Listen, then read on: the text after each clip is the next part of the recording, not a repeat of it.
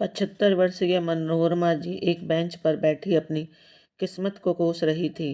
तभी एक 10 वर्ष का प्यारा सा बच्चा अपनी छोटी सी साइकिल चलाते हुए पार्क में आया और साइकिल से उतरकर इधर उधर घूमने लगा। तभी उस बच्चे की नज़र वहाँ बैठी मनोरमा जी पर गई तो वो दौड़कर उसके पास आकर बोला, दादी माँ, आप यहाँ क्यों बैठी हैं? आपको ठंड लग जाएगी। मनोरमा जी ने जब उस बच्चे के मुंह से दादी माँ सुना तो उसकी आंखों से आंसू छलक आए, क्योंकि आज तक किसी ने उन्हें इतने प्यार से नहीं बोला था। तभी उस बच्चे ने मनोरमा जी का हाथ पकड़कर कहा, अरे दादी माँ, आपको तो बहुत तेज बुखार है। तो मनोरमा जी उस बच्चे के हाथ से अपना हाथ छुड़ाते हुए बोली, अरे नहीं बेटा, तुम मुझे मत छुओ, वरना तुम भी बीमार हो जाओगे।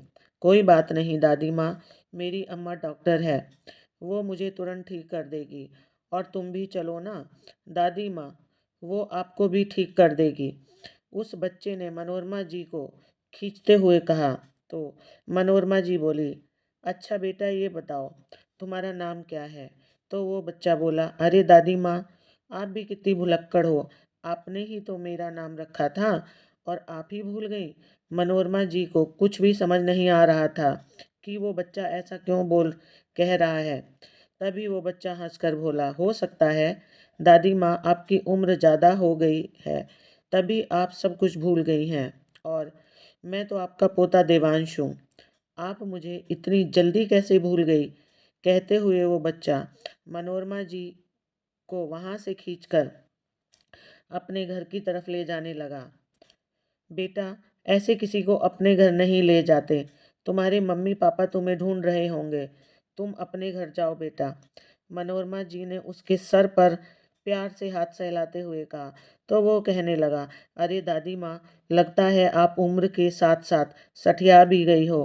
कहकर वो बच्चा मुंह पर हाथ रखकर हंसने लगा। आप मेरी दादी माँ हो, मैं किसी को ऐसे ही थोड़ी ना अपने घर ले जा रहा हूँ। चलो ना दादी माँ, अपने घर चलो। मनोरमा जी के लाख मना करने के बावजूद भी वो बच्चा नहीं माना। तो हार कर मनोरमा जी अपनी लाठी के टेंग से धीरे धीरे उसके साथ चल दी। छोटा सा देवांश मनोरमा जी का हाथ पकड़कर अपने घर के गेट तक पहुंच गया। गेट खोलकर जैसे ही अंदर घुसने लगा तो अंदर से उसके पापा रमेश की आवाज़ आ रही थी, देवांश बेटा, ऐसे अकेले कहाँ चले गए? अब तुम बहुत शैतान हो गए हो। तुमसे मैंने मना किया था ना कि ऐसे बाहर नहीं जाते। अभी रुको, मैं तुम्हें बताता हूँ। रमेश अपने बेटे देवांश को घर के अंदर से थोड़ी कड़क आवाज में बोल रहे थे। तभी देवांश मनोरमा जी का हाथ पक छोड़कर उनसे बोला, आप यहीं रुकना दादी माँ, मैं भी पापा को बुला कर लाता हूँ। कहकर वो दौड़कर घर के अंदर चला गया। इधर मनोरमा जी देवांश के पापा रमेश की आवाज़ सुनकर सोचने लगी कि उनको इनके घर के अंदर नहीं जाना चाहिए, क्योंकि कहीं उन्होंने उनको दुत्कार दिया, भगा दिया तो उनकी वेशभूषा भी तो ऐसी है। वैसे भी मनोरमा जी की हालत देखकर कोई भी उनसे ढंग से बात तक नहीं करता था, तो घर में घुसने की बात तो दूर की बात है। फिर सोचने लगी कि देवांश तो अभी छोटा बच्चा है, उसे ये सब कहाँ पता है कि कौन छूत है और कौन अछूत। नहीं, मुझे इनके घर नहीं जाना चाहिए। सोचते हुए मनोरमा जी डंडे के सहारे धीरे धीरे उसके घर से चली गई। इधर देवांश जैसे ही अंदर गया तो वो अपने पापा की उंगली पकड़कर खींचते हुए बोला, पापा बाहर चलो ना, मुझे आपको दादी माँ से मिलवाना है। चलो ना पापा।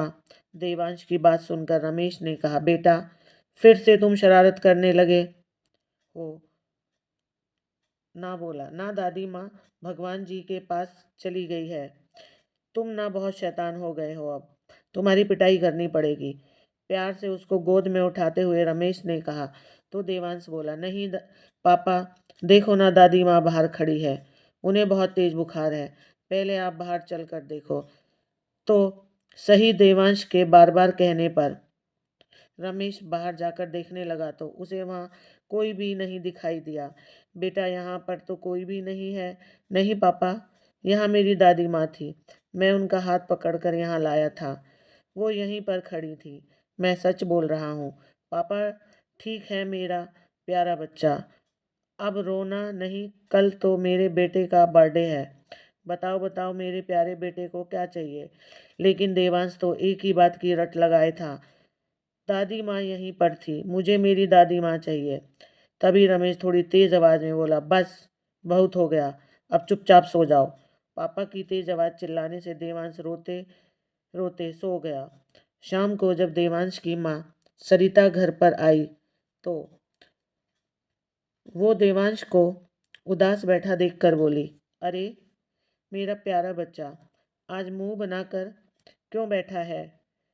क्या पापा ने डांटा है तुम्हें? तो देवांश रोते हुए अपनी मम्मा से लिपट कर बोला, पापा ने मुझे डांटा, पापा से बात नहीं करूंगा, वो बहुत गंदे हैं,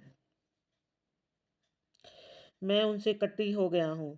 तभी रमेश मुस्कुराते हुए बोला, अच्छा मेरा प्यारा बेटा मुझसे गुस्सा है, देखूं तो। जरा तो देवांश बोला, जाओ मैं आपसे बात नहीं करूंगा जब तक आप मेरी दादी माँ को लेकर नहीं आएंगे। अरे बेटा, इतनी बार तुमसे बोला है, दादी माँ अब नहीं आ सकती, वो भगवान के पास चली गई हैं। नहीं पापा, मेरी दादी माँ यहीं थी। तभी सरिता रमेश को आश्चर्य भरी निगाहों से देखने लगी। तो रमेश बोला, अरे ये सुबह सुबह बारिश रुकने के बाद छुपकर घर से बाहर निकल गया था, तो मैंने इसको डांट दिया। तब से मुझसे गुस्सा है और सुबह से बस दादी माँ की रट लगा रखी है। तो सरिता अपने बेटे का मान रखते हुए बोली, ठीक है, हम भी तुम्हारी दादी माँ को ढूंढने चलेंगे। अब ठीक है ना? अब तो हंस दो। मेरा छोटा सा बेटा बहुत जिद्दी हो गया है। अपनी मम्मा की बात सुनकर देवांश खुश होकर अपनी मम्मा के गले से लग गया और रात में अपनी दादी माँ के बारे में बातें करते करते सो गया। उसके सोने के बाद सरिता और रमेश भी सोच में पड़ गए कि बच्चे झूठ तो नहीं बोलते हैं, लेकिन यह भी संभव नहीं कि उसकी दादी माँ जिंदा है। खैर वो दोनों भी अपने बच्चे का भ्रम मान कर सो गए। सुबह जैसे ही देवांश उठा तो रमेश और सरिता दोनों ने ही अपने प्यारे से बच्चे को एक साथ बर्थडे विश किया और उसको सुबह सुबह नहलाकर मंदिर दर्शन के लिए ले गए। आज रमेश और सरिता दोनों ने ही अपने काम से छुट्टी ले रखी थी। रमेश और सरिता देवांश के हर जन्मदिन पर उसे पास के ही मंदिर में जरूर लेकर जाते थे, क्योंकि बहुत मुश्किलों के बाद उन्हें ये बेटा पैदा हुआ था। इसलिए हर साल माता रानी के दर्शन करके उनको धन्यवाद करते थे और गरीबों में भोजन बांटते थे। आज भी उन्होंने सबसे पहले माता रानी की पूजा की। उन दोनों ने मिलकर जो भोजन तैयार किया था उसको गरीबों में बांटा और कुछ देर के लिए मंदिर के प्रांगण में बैठ गए। तो देवांश वहां पर खेलने लगा। तभी एक वृद्ध महिला वहां सूखे पत्तों को झाड़ू से इकट्ठा कर रही थी। जैसे ही देवांश की नज़र उस महिला पर पड़ी तो वो फिर से दौड़कर उसके पास गया। अरे दादी माँ, आप कहाँ चली गई थी? देवांश की आवाज़ सुनकर वो वृद्ध महिला यानी कि मनोरमा जी चौंक गई, क्योंकि वो देवांश की आवाज़ को अच्छे से पहचान चुकी थी। तभी देवांश बोला, अरे दादी माँ, कल आप कहाँ चली गई थी? आपके जाने के बाद मैं कितना रोया था। आप बहुत गंदी हैं, आप हर बार मुझे छोड़कर चली जाती हैं। अरे नहीं बेटा, ऐसे नहीं बोलते। तभी देवांश भागकर रमेश और सरिता के पास गया और उनका हाथ पकड़कर मनोरमा जी के पास लाया और बोला, ये देखो पापा, आप कल बोल रहे थे कि दादी माँ नहीं है, ये देखो, ये रही मेरी दादी माँ। मम्मा, देखो ना, दादी माँ की तबीयत ठीक नहीं है, इन्हें कल बहुत तेज बुखार था, आप इनको देखो ना। बोलते हुए देवांश मनोरमा जी का हाथ अपनी मम्मा सरिता के हाथ पर रख दिया। तो सरिता देखने लगी कि मनोरमा जी को तो वास्तव में बहुत तेज बुखार था। तभी शोर सुनकर मंदिर के पुजारी भी वहां आ गए और बोले, अरे बेटा, ये तो बहुत दुखियारी है, ये कभी कभी यहाँ आ जाती है और बैठकर घंटे रोती रहती है। कभी मन ठीक होता है तो ऐसे ही मंदिर के पत्ते इकट्ठा करने लगती है, लेकिन लगता है बेचारी का इस दुनिया में कोई नहीं है। बोलते हुए मंदिर के पुजारी आरती के लिए चले गए। तभी देवांश बोला, माँ दादी को दवा दो ना, मेरी दादी जल्दी से ठीक हो जाएगी तो फिर मेरे साथ खेलने लगेगी, क्योंकि आप लोग तो अपने अपने काम पर चले जाते हैं, मैं घर पर अकेला रह जाता हूँ। मेरी दादी माँ को घर पर ले चलो ना। सरिता वैसे भी एक डॉक्टर थी, उसे मनोरमा जी को ऐसी हालत में देखा तो उनको अपने घर पर ले आई और उनको एक गिलास दूध के साथ दवा खाने को दे दिया। थोड़ी देर आराम करने के बाद मनोरमा जी उनके घर से जाने लगी तो देवांश उनका हाथ पकड़कर बोला, दादी माँ, आप कहाँ जा रही हो? प्लीज़ दादी माँ, अब आप कहीं मत जाइए। कहते हुए वो मनोरमा जी से लिपट गया। तो सरिता और रमेश बोले, आप अभी कहीं मत जाना, क्योंकि आप अभी पूरी तरह से ठीक नहीं हुई हैं। तो मनोरमा जी बोली, बेटा मेरा क्या है, कहीं भी सो जाऊंगी। तुम लोगों से इतना कुछ लिया, तुम लोगों ने इतना कुछ किया, कौन करता है किसी अनजान के लिए। सभी मुझे धुतकारते रहते हैं, सब लोग मेरी इस तरह की दशा से दूर भागते हैं। बेटा तुम लोगों ने मेरे लिए इतना किया, तुम लोगों को हमेशा भगवान खुश रखे। बेटा बोलकर मनोरमा जी बाहर की तरफ चलने लगी। तो सरिता बोली, अरे नहीं अम्मा जी, आप जब तक अच्छे से ठीक नहीं हो जाएंगी तब तक आप कहीं नहीं जाएंगी। वैसे भी देवांश आपको दादी माँ बोल रहा है तो आपके बगैर नहीं रहेगा, इसलिए अब आप यहीं पर आराम से रहिए। इतनी प्यार भरी बातें सुनकर मनोरमा जी रुकने के लिए मना नहीं कर पाई। कुछ दिन बीते तो मनोरमा जी के शारीरिक स्वास्थ्य में बहुत सुधार आ गया। उनको सही समय पर दवा खाना और फल मिलने से वो शारीरिक रूप से स्वस्थ नजर आने लगी थी। देवांश भी उनके साथ खुश रहने लगा। मनोरमा जी भी उसको अच्छी अच्छी बातें सिखाती। एक दिन सरिता और रमेश बैठे बैठे चाय पी रहे थे। साथ में ही मनोरमा जी भी बैठी थी। तो सरिता ने कहा, अम्मा जी, अगर आप बुरा न माने तो एक बात पूछूं? हाँ पूछो बेटा, जरूर पूछो। अम्मा जी, आपका भी तो परिवार होगा, आपके भी तो बच्चे होंगे, फिर आप इस अवस्था में यहाँ अकेली कैसे पहुँच गई? तो मनोरमा जी उदास मन से बोली, हाँ बेटा, मेरा भी एक छोटा सा परिवार था, पर अब पता नहीं कहाँ है। कहाँ है? सरिता ने प्रश्नवाचक निगाहों से पूछा। तो मनोरमा जी बोली, हाँ बेटा, आज से 3 साल पहले मैं और मेरे पति दीनदयाल जी तीर्थ यात्रा पर गए थे। लेकिन तीर्थ यात्रा करने के बाद हम लोग अपने घर को वापस लौटे ही रहे थे कि रास्ते में हम लोगों का एक्सीडेंट हो गया। एक्सीडेंट इतना भयानक था कि मेरे पति की मृत्यु हो गई और मैं अभागन बच गई। मैं तो अपने पति के आखिरी दर्शन भी नहीं कर पाई। मेरा एक बेटा है नवीन और उसकी पत्नी का नाम है पूजा और उनके 2 बच्चे सोनू और मोनू हैं। जब तक मेरे पति थे तब तक उस घर में मेरा ही राज चलता था। कोई भी मुझसे ऊंची आवाज में बात नहीं करता था। लेकिन मेरे पति की मृत्यु के बाद मैं तो बेटे बहू के ऊपर मानो बोझ बन गई थी, क्योंकि एक्सीडेंट के बाद मैं अपने कामों के लिए भी उन पर आश्रित हो गई थी। मेरी बहू पूजा अपने पति से बोली कि मैं इस बुढ़िया से तंग आ चुकी हूँ, इसने तो मेरा जीना हराम कर रखा है। तो मेरा बेटा भी बोला, हाँ पूजा, तुम सही कह रही हो, लेकिन माँ जी को कहीं छोड़कर भी तो नहीं आ सकते, अब झेलना तो पड़ेगा ही। पता नहीं इनको भी बुढ़ापे में क्या पड़ी है तीर्थ यात्रा पर जाने की। अब फूट अब टूट फूट कर बैठ गई हैं। अब हमें जिंदगी भर इनका बोझ उठाना पड़ेगा। कोई नौकरानी भी नहीं रख सकते, अगर कोई नौकरानी रखेंगे तो उसका भी खर्चा हमें ही उठाना पड़ेगा। मुझे नहीं पता जी, आप चाहे कुछ भी कीजिए, लेकिन अब मैं इनका कोई भी काम नहीं करने वाली, भले ही मेरी तरफ से कोई नौकरानी ही रख लीजिए। तो बेटे ने मेरे लिए एक काम वाली रख ली, लेकिन ये भी मेरी बहू को हजम नहीं हुई और वो उस नौकरानी को भी परेशान करने लगी। वो नौकरानी मेरे काम करने के बजाय बहू का ही काम करने लगी। अगर वो कभी पहले मेरे पास आ जाती तो बहू गुस्सा हो जाती। मेरे काम का तो बस एक बहाना था, बल्कि बहू उससे पूरे दिन अपने ही काम करवाती। एक दिन तो नौकरानी बहू के नाटकों से परेशान होकर घर छोड़कर चली गई। उसने झूठ बोल दिया कि उसे 2-3 दिन की छुट्टी चाहिए, लेकिन वो तो दोबारा आई ही नहीं। जिस दिन वो नौकरानी काम छोड़कर गई, उस दिन कोई भी मेरे कमरे में खाना लेकर नहीं आया। मैं भूख के मारे व्याकुल बहू को आवाज़ देती रही, लेकिन किसी ने भी मेरी आवाज़ नहीं सुनी। जब मुझसे रहा नहीं गया तो जैसे तैसे मैं रसोई घर में पहुंच गई, लेकिन सामने ही दूध का मग भरकर रखा हुआ था और गलती से मेरा उस मग पर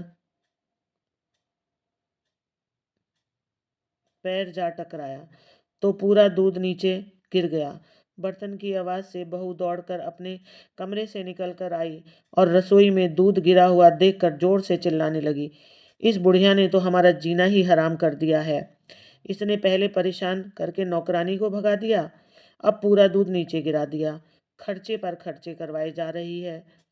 आज तो मैं इसे छोड़ूंगी नहीं, बोलकर वो मुझे खींचते हुए कमरे में ले गई और मुझे धक्का देकर अपने कमरे में चली गई। मैं दर्द से कराह रही थी, लेकिन मरहम लगाने वाला कोई नहीं था। मैं पूरी रात दर्द से कराहती रही, लेकिन कोई भी मुझे देखने नहीं आया। अगले दिन जब मैं उठकर बाहर जाने लगी तो वहीं कमरे में बेहोश होकर गिर गई। जब मेरी आंखें खुली तो मैंने अपने आप को एक सरकारी अस्पताल में पाया। मैंने नर्स से पूछा कि मैं यहाँ कैसे आई। उसने बताया कि आपके बेटे बहू आपको यहाँ लेकर आए थे, लेकिन अब पता नहीं वो कहाँ चले गए हैं। बेटा, जब तक मैं अस्पताल में रही तब तक मुझे कोई देखने भी नहीं आया। 1 महीने तक मैं अस्पताल में भर्ती रही। जब मुझे अस्पताल से डिस्चार्ज किया गया तो कोई भी मुझे लेने नहीं आया। मैं जैसे तैसे अपना सामान लेकर अस्पताल से चली।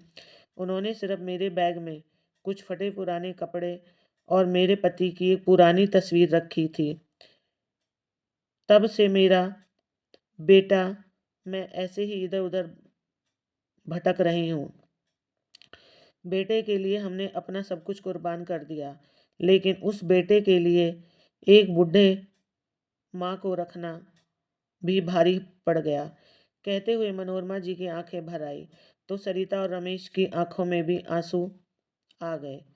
तभी छोटा देवांश मनोरमा जी के आंसू पहुंचते हुए बोला, दादी माँ, आप रो क्यों रही हो?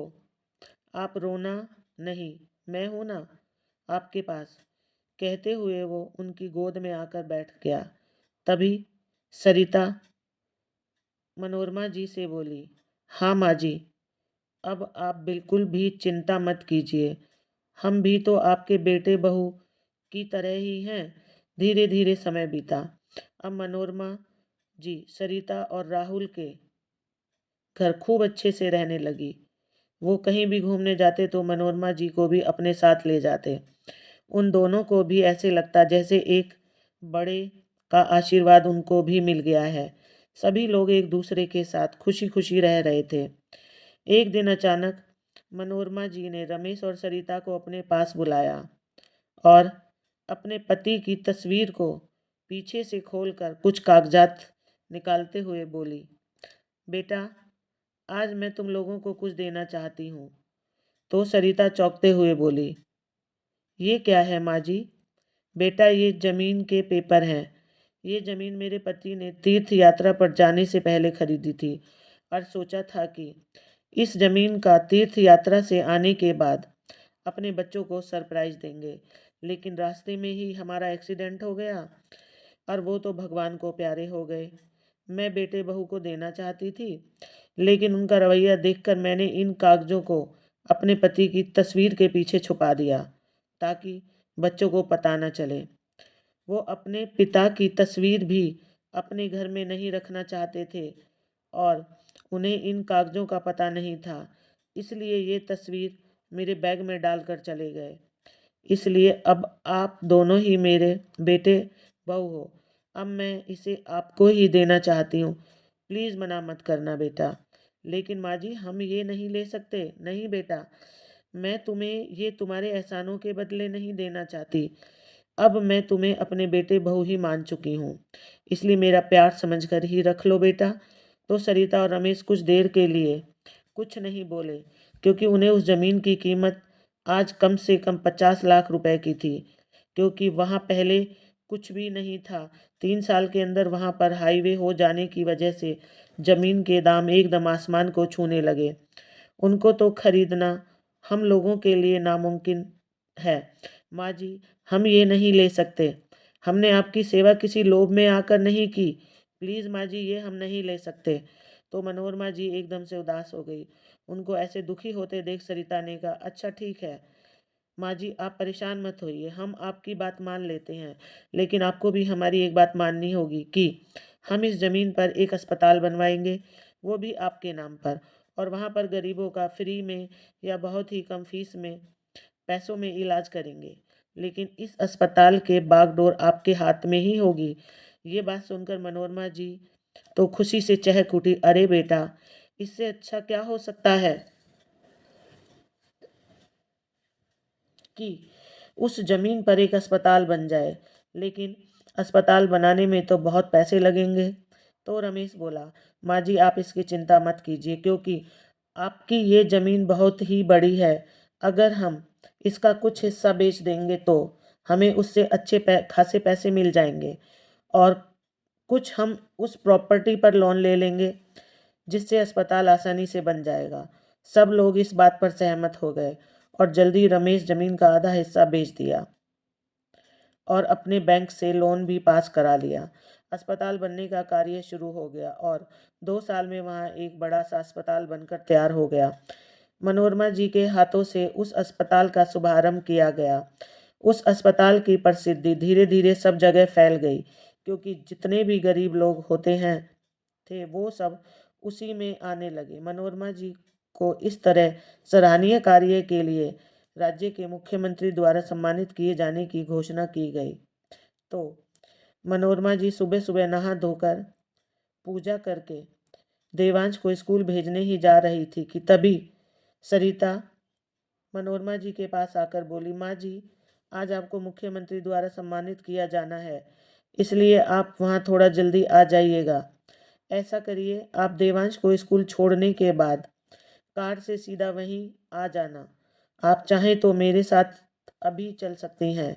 अरे नहीं बेटा, तुम जाओ, तुम्हें लेट हो जाएगा। मैं अपने पोते को स्कूल भेजते हुए वहीं पहुंच जाऊंगी। कहते हुए मनोरमा जी देवांश को लेकर स्कूल के लिए निकल गई।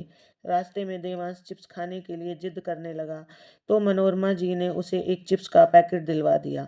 स्कूल के पास पहुंचकर देवांश चिप्स खाकर उस पैकेट को वहीं सड़क पर फेंक दिया। तो मनोरमा जी उससे बोली, अरे बेटा, सड़क पर गंदगी नहीं फैलाते। सारी दादी माँ बोलकर वो दौड़कर अपने स्कूल में चला गया। तभी मनोरमा जी उस चिप्स के पैकेट को उठाने लगी। तभी उनके पास एक कार आकर रुकी और उन्होंने चिप्स के पैकेट बाहर फेंकते हुए कहा, ये लो बुढ़िया, इनको भी उठा लेना। मनोरमा जी ने पीछे मुड़कर देखा तो उनके बेटे बहू उन्हें देखकर दंग रह गए। अरे ये बुढ़िया कहाँ घूम रही है। तभी उनकी बहू पूजा ने एक चिप्स का पैकेट और निकालकर उसके मुंह पर फेंकते हुए कहा, ये ले बुढ़िया, बहुत दिनों से भूखी घूम रही होगी, इसे खाकर इसको भी कचरे में फेंक देना। तभी वहां मनोरमा जी की कार का ड्राइवर आया और उनके बेटे के गाल पर एक जोरदार तमाचा जड़ते हुए बोला, तुम्हारी इतनी हिम्मत जो तुम मैडम जी से इस तरह से बात करो। तो नवीन बोला, अरे ये कोई मैडम वैडम नहीं है, आपको कोई गलत फहमी है हो रही है। तभी दूसरे गाल पर एक और तमाचा पड़ा। अगर ज़्यादा बकवास की तो अभी आपको जेल में भिजवा दूंगा, फिर पिसते रहना चक्की। तभी मनोरमा जी बोली, अरे बेटा, क्यों इनके मुंह लग रहे हो, चलो हमें लेट हो रही है। तो ड्राइवर उन्हें कार में बैठा कर ले गया। अस्पताल पहुंचे तो डॉक्टर सरिता ने कहा, अरे माँ जी आप कहाँ रह गई थी, मैं आपका कितनी देर से इंतजार कर रही हूँ। चलिए जल्दी मीटिंग शुरू होने वाली है, सभी लोग आपका इंतजार कर रहे हैं। तो मनोरमा जी मीटिंग में पहुंच गई। इधर मीटिंग चल ही रही थी कि अचानक नर्स डॉक्टर सरिता को बुलाने आए। मैडम एक इमरजेंसी केस आया है, प्लीज़ आप जल्दी आ जाइए। तो डॉक्टर सरिता मीटिंग छोड़कर अंदर की तरफ भागी। जब सरिता अंदर आई तो देखा एक व्यक्ति बहुत ही गंभीर अवस्था में पड़ा हुआ है। उसकी एक टांग बुरी तरह से जख्मी थी। उसे देखकर सरिता बोली, इनका इमरजेंसी ऑपरेशन करना पड़ेगा। हो सकता है इनके पैर को भी काटना पड़ जाए। पास ही बेड पर लेटी औरत सरिता की बातें सुनकर रोने लगी। प्लीज डॉक्टर साहिबा, मेरे पति को बचा लीजिए। अभी सरिता उस औरत से बात कर ही रही थी कि तभी मनोरमा जी वहां आ गई। जैसे ही उस औरत की नज़र मनोरमा जी पर पड़ी तो वो चीखते हुए बोली, तेरी हिम्मत कैसे हुई बुढ़िया यहाँ आने की? जरूर तूने ही नज़र मारी होगी जो मेरे पति का ये हाल हो गया। तो सरिता ने पलट कर देखा तो वहां मनोरमा जी खड़ी थी। तो सरिता ने उस औरत से कहा, आपको पता भी है कि ये कौन है?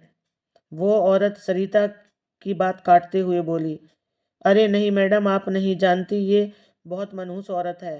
पहले अपने पति को खा गई और अब मेरे हंसते खेलते परिवार पर नजर लगा दी।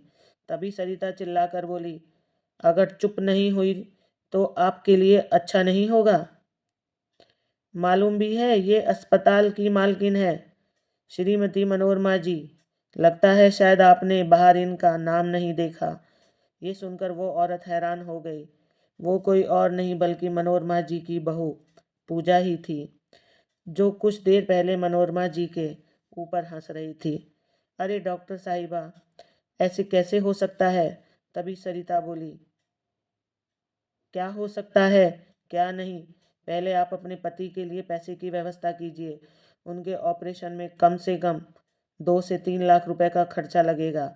लेकिन डॉक्टर, मैं इतनी जल्दी इतने सारे पैसे का इंतजाम कैसे कर सकती हूँ? पूजा को तो ऐसे लग रहा था जैसे काटो तो खून नहीं। आज उसे अपने किए हुए सारे कर्म याद आ रहे थे। वो तुरंत ही मनोरमा जी के पैरों में गिरकर माफ़ी मांगते हुए बोली, प्लीज़ माँ जी, मुझे माफ़ कर दीजिए, अपने बेटे को बचा लीजिए। इधर सरिता ये सब देखकर दंग रह गई। वो बड़े ही आश्चर्य भरी नज़रों से मनोरमा जी की तरफ देखने लगी। तो मनोरमा जी बोली, हाँ यही मेरे बेटे बहू हैं, लेकिन बेटा मैं चाहती हूँ कि इसका इलाज फ्री में कर दिया जाए। सरिता बोली, हाँ माँ जी, आप बिल्कुल भी चिंता मत कीजिए, मैं अभी इलाज शुरू करती हूँ। तो मनोरमा जी बाहर आ गई। आज मनोरमा जी की आंखों में एक भी आंसू नहीं था। वो चुपचाप वहां से अपने घर चली आई। शाम को सरिता जब घर पहुंची तो वो मनोरमा जी को देखकर दंग रह गई, क्योंकि उसे लग रहा था कि आज अम्मा जी बहुत दुखी होंगी। लेकिन मनोरमा जी तो उनके बेटे देवांश के साथ अच्छे से खेल रही थी। सरिता को देखकर मनोरमा जी समझ गई कि वो उनसे कुछ पूछना चाहती हैं। वो सरिता से बोली, बेटा तुम सोच रही होंगी कि मुझे उन लोगों के लिए बुरा लग रहा है। हाँ बेटा, मानवता के नाते उन लोगों के लिए मुझे बुरा लग रहा है, लेकिन एक माँ के नाते उनसे मेरा कोई भी रिश्ता नहीं है। समय अपनी रफ्तार से चलता रहा। एक दिन मनोरमा जी ने सरिता से कहा, बेटा इस बार मैं सोच रही हूँ नई साल वाले दिन हम पास के ही मंदिर में जाकर गरीबों को भोजन खिलाएं और जितने भी ज़रूरतमंद लोग हों उन्हें शॉल और स्वेटर बांटा जाए, क्योंकि आज भी बहुत से लोग ऐसे हैं बेटा जो इतनी सर्दी में ठंड के कारण परेशान हो रहे हैं, जिनके पास ना पहनने के लिए कपड़े हैं और ना ही रहने के लिए छत है। क्योंकि आज से 3-4 साल पहले जब देवांश मुझे मिला था तो मेरी भी यही स्थिति थी। मेरे पास भी ना तो छत थी और ना ही सर्दी से बचने के लिए कपड़े थे। मैं भी उस दिन पार्क की बेंच पर सर्दी में ठिठुर रही थी। अगर उस दिन देवांश मेरे पास नहीं आता तो शायद कुछ ही दिनों में मैं इस दुनिया से चली गई होती। कहते कहते मनोरमा जी की आंखें भर आई। तो सरिता ने कहा, अरे माँ जी आप भावुक मत होइए, आप सही कह रही हैं। इस नव वर्ष पर हम कुछ नया करेंगे। मैं आज ही दुकान वाले से कहकर शॉल और स्वेटर का ऑर्डर दे दूंगी, आप चिंता मत कीजिए। जैसा आप कहेंगे वैसा ही होगा। 10 दिन बाद नववर्ष पर देवांश भी जल्दी उठ गया और मनोरमा जी से बोला, दादी माँ, आज मैं भी आपके साथ शॉल और स्वेटर बांटने के लिए चलूँगा। हाँ हाँ बेटा, क्यों नहीं, तुम्हारे कारण ही तो आज मैं ये सब कर पा रही हूँ। करीब 10 बजे तक रमेश और सरिता भी तैयार होकर मंदिर के प्रांगण में पहुंच गए। पहले सरिता और मनोरमा जी ने सबको भोजन कराया और फिर सभी को शॉल और स्वेटर बांटने के बाद जैसे ही सब लोग घर जाने के लिए कार में बैठने लगे, तभी पूजा अपने पति नवीन को व्हील चेयर पर बैठाए वहां पहुंच गई और मनोरमा जी के सामने हाथ जोड़कर माफ़ी मांगते हुए बोली, प्लीज़ माँ जी, हमें माफ़ कर दीजिए। हमने आप पर बहुत जुल्म किए हैं। प्लीज़ माँ जी, हमारे साथ घर चलो। देखिए माँ जी, आप अपने बेटे की हालत तो देखिए। तो मनोरमा जी ने कहा, कौन बेटा, किसका बेटा? तुम लोगों से मेरा कोई रिश्ता नहीं है।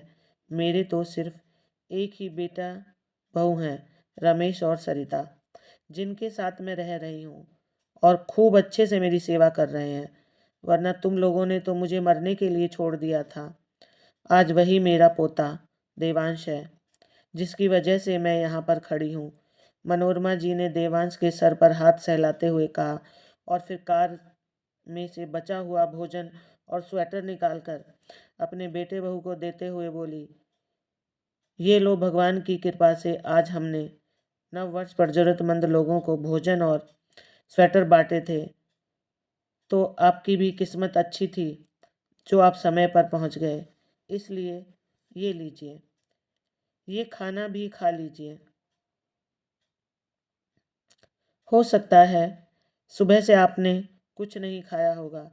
कहकर मनोरमा जी अपने पोते देवांश का हाथ पकड़कर रमेश और सरिता के साथ कार में बैठकर अपने घर की ओर चल दी। आज उनके बेटे बहू नवीन और पूजा उन्हें जाते हुए देखते रह गए। तो दोस्तों, मनोरमा जी ने अपने बेटे बहू को माफ़ ना करके सही किया या गलत किया, अपनी राय कमेंट बॉक्स में ज़रूर बताएं। राधे राधे। कहानी अच्छी लगे तो प्लीज़ लाइक करें, वीडियो को सब्सक्राइब करें।